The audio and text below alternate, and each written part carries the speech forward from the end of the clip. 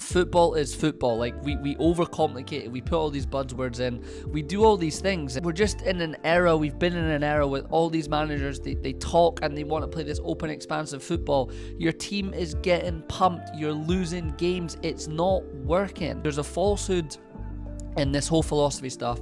It is about winning.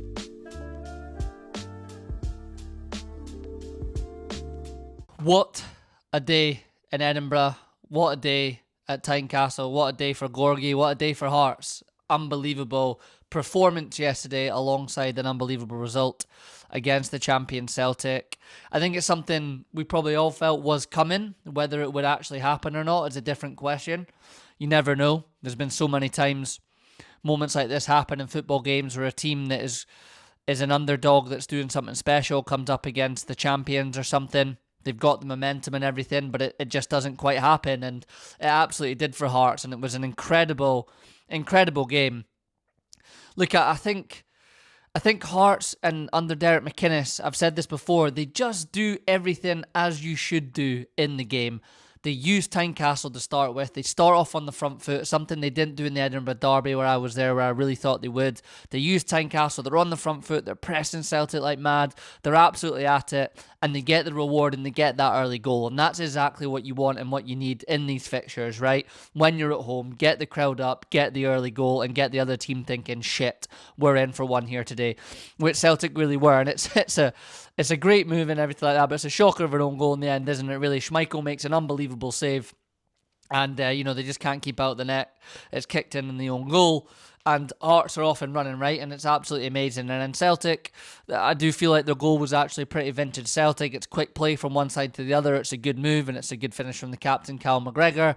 And all of a sudden you feel, here we go, this might be a bit of a trouble for Hearts. But again, in football, you're going to come up against these things all the time. You're going to come up in moments. The game doesn't just go smoothly for you. You don't just go out there and rock it 3-4-0 every single week. You're going to have moments of adversity in games, and you have to just be able to adapt to that. And, some things you might have worked on in the week is not working. You might need to revert back to something, whatever it may be. And I thought Hearts handled the 15-20 minutes after Celtic's goal quite well, to be honest. It wasn't like Celtic peppered the goal at any point during the game, not particularly in that moment at all. And look, you need a lot of luck and you need some mistakes, and they get it when Nygren just tries to dink it, and he should just smash it in the goal to make it 2-1, and the Hearts keeper saves it, and that's a moment. And football is all about moments, right? It's all about moments. It's all about mistakes. It's all about moments of brilliance. It's all about wrong decision making, really, when it comes down to it. Again, something McInnes said in his interview with Cy Ferrier, an open goal, and it's a mistake there from Nygren for Celtic, and they don't take the advantage of going 2-1 because goals change games and were made it a different story. And then Hearts kind of get themselves back going again before half time. And they go into the second half feeling positive. They do exactly the same again in the second half. They come out absolutely flying.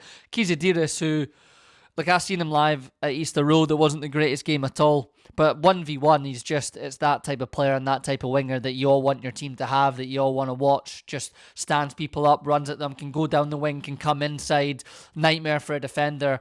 And he had Celtics right back on absolute toast for the whole game. There was absolutely no question about it, and it's a good finish. That goal felt like it was coming all first half. He was going to have something special. He's looking like the best player in the league at the moment.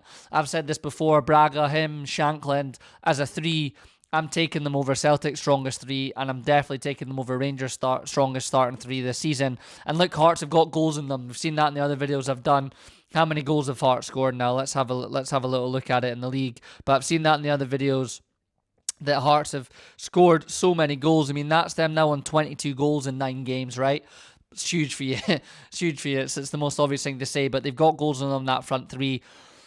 Tynecastle goes and gets the second. I'm listening to it on the radio in the second half. I was driving uptown for a mate's birthday, and literally by the time the crowd hadn't even quietened down on the radio, they're shouting penalty for Hearts, and it was checked, and then it's a penalty. It's just a poor decision again from Celtic. Too quick, wrong decisions. Shankland steps up, never really any doubt, puts it 3-1, and from that point on, you kind of felt as if that was it, really. And even on the radio, listening to the guys on Radio Scotland, Celtic, couple of moments where the ball flashes past the post, but nothing too much really happens, and it's a well-deserved win for Hearts, and it puts them 8 points clear and in a really, really strong position.